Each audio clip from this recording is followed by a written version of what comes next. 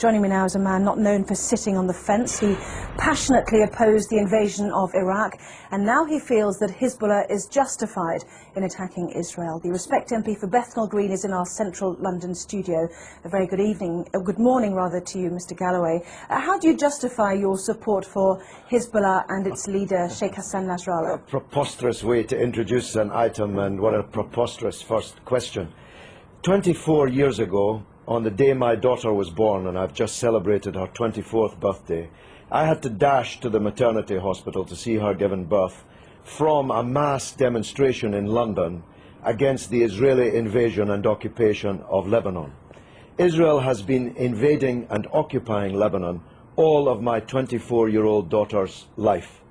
The Hezbollah are a part of the Lebanese national resistance who are trying to drive, having successfully driven most Israelis from their land in 2000, Israel from the rest of their land, and to get back those thousands of Lebanese prisoners who were kidnapped by Israel under the terms of their illegal occupation of Lebanon. It's Israel that's invading Lebanon, it's Israel that's attacking Lebanon, not Lebanon that's attacking Israel. You've just been carrying a report of 10 Israeli soldiers on the border getting ready to invade Lebanon, and you ask us to mourn that operation as if it were some kind of war crime. Israel is invading Lebanon and has killed 30 times more Lebanese civilians than have died in Israel. So it's you who should be justifying the evident bias which is written on every line on your face and is in every nuance of your voice and is loaded in every question that you ask. Right. You put your finger on the button, though, didn't you, when you said that Hezbollah was set up back in the 1980s in order to remove every Israeli soldier from Lebanese soil. As you said, it achieved that in 2000. No, it didn't. This is a setback. No, it didn't. It didn't. This is a key point that you're concealing from your viewers. Israel was forced out of most of the south of Lebanon in 2000. It still occupies a part of Lebanon since 2000. The Shebaa Farms area, which is subject to this latest UN draft resolution. Thousands of Lebanese prisoners have been kidnapped by Israel. Hezbollah I spoke and the just a moment Lebanese ago to the Israeli Foreign Ministry released. spokesman who said that the 3 Lebanese who have been captured, perhaps you'd like to use that word, have been before a judge These are and not been the through a court of law. Oh, please, have a slightly longer memory than 4 weeks. I'm talking about the thousands of prisoners taken during the 18 years of Israeli occupation, illegal occupation of South Lebanon. These are the prisoners that have to be released in exchange for the Israeli soldiers that were captured at the beginning of this wave of the crisis.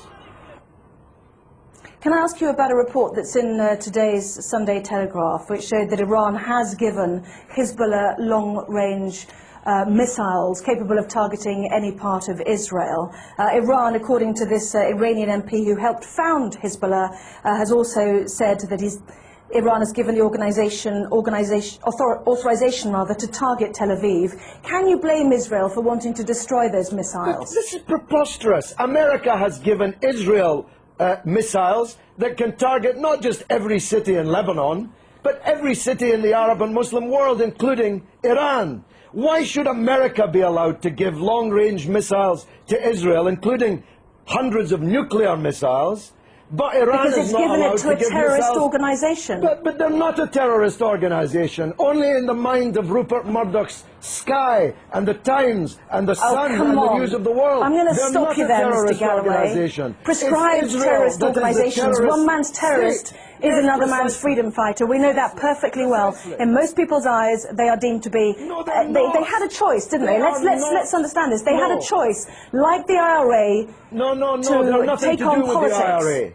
Listen, Anna. I'm saying they had a choice to absorb the idea of politics. They've got 2 Hezbollah cabinet ministers. Anna, one man's terrorist is another man's freedom fighter. You are totally wrong in saying that in most people's eyes, Hezbollah are terrorists. In most people's eyes, Israel is a terrorist state. It's the fact that you cannot comprehend that fact that leads to the bias which runs through all of your reporting and every question that you've asked me in this interview. Can I ask you one question? I was relating to the IRA and Sinn Féin. They have decided to embrace politics. Hezbollah had the chance to embrace politics. They've already got two cabinet ministers. They're well respected in the south. In politics. They are. That's what I'm saying. If you listen to me, I'm saying they've got two cabinet ministers already. They had a chance to do that. Why did they need to capture and kill Israeli soldiers on the border? Surely that sets back their ambitions to be a political force inside a democratic Lebanon. Look, because Israel occupies their country and holds thousands of their compatriots as kidnapped hostages in their dungeons. It's really very simple, except if you think only in a clock that goes back 4 weeks. If you know, and you're old enough to know better, that this origins of this conflict are not 4 weeks or 4 years or 14 years, but are decades old. You want people to think that the crisis started when the clock started ticking on Sky News. No, I don't. I don't the people in Lebanon I want to ask you differently. I want to ask you one final question. Do you think that the 4 weeks that we've seen, as you mentioned, the 26 days of this crisis, has set back Hezbollah's ambitions? Not only are Israeli soldiers now over the border... Let me finish. Would you mind letting me finish, please?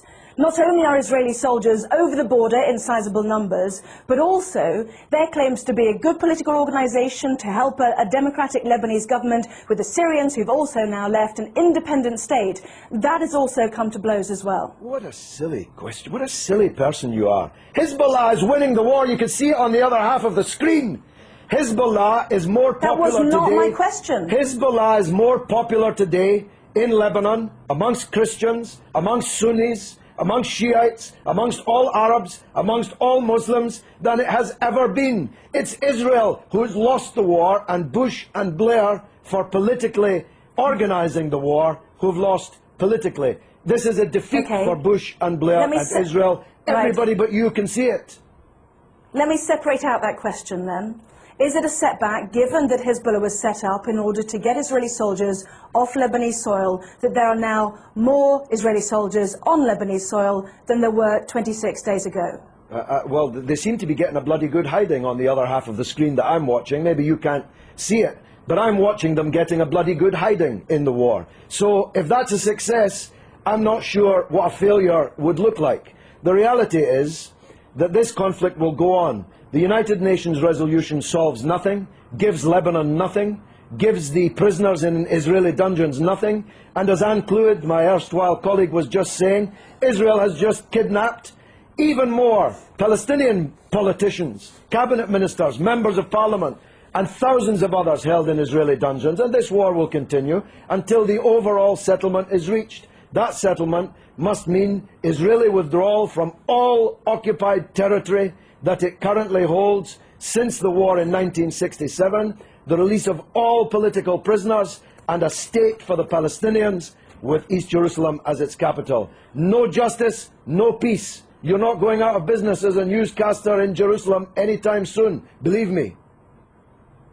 Well, as usual, you have prompted a huge email response, both for and against you, Mr. Galloway, so we'll leave it there. I have to say that some people might find it offensive when more families are mourning their dead to hear you say that it was a bloody good hiding. So you don't give a damn. You don't even know about the Palestinian families.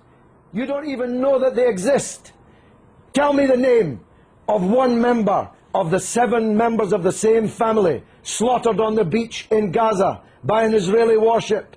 You don't even know their name, but you know the name of every Israeli soldier who's been taken prisoner in this conflict, because you believe, whether you know it or not, that Israeli blood is more valuable than the blood of Lebanese or Palestinians. That's the truth, and the discerning of your viewers already know it.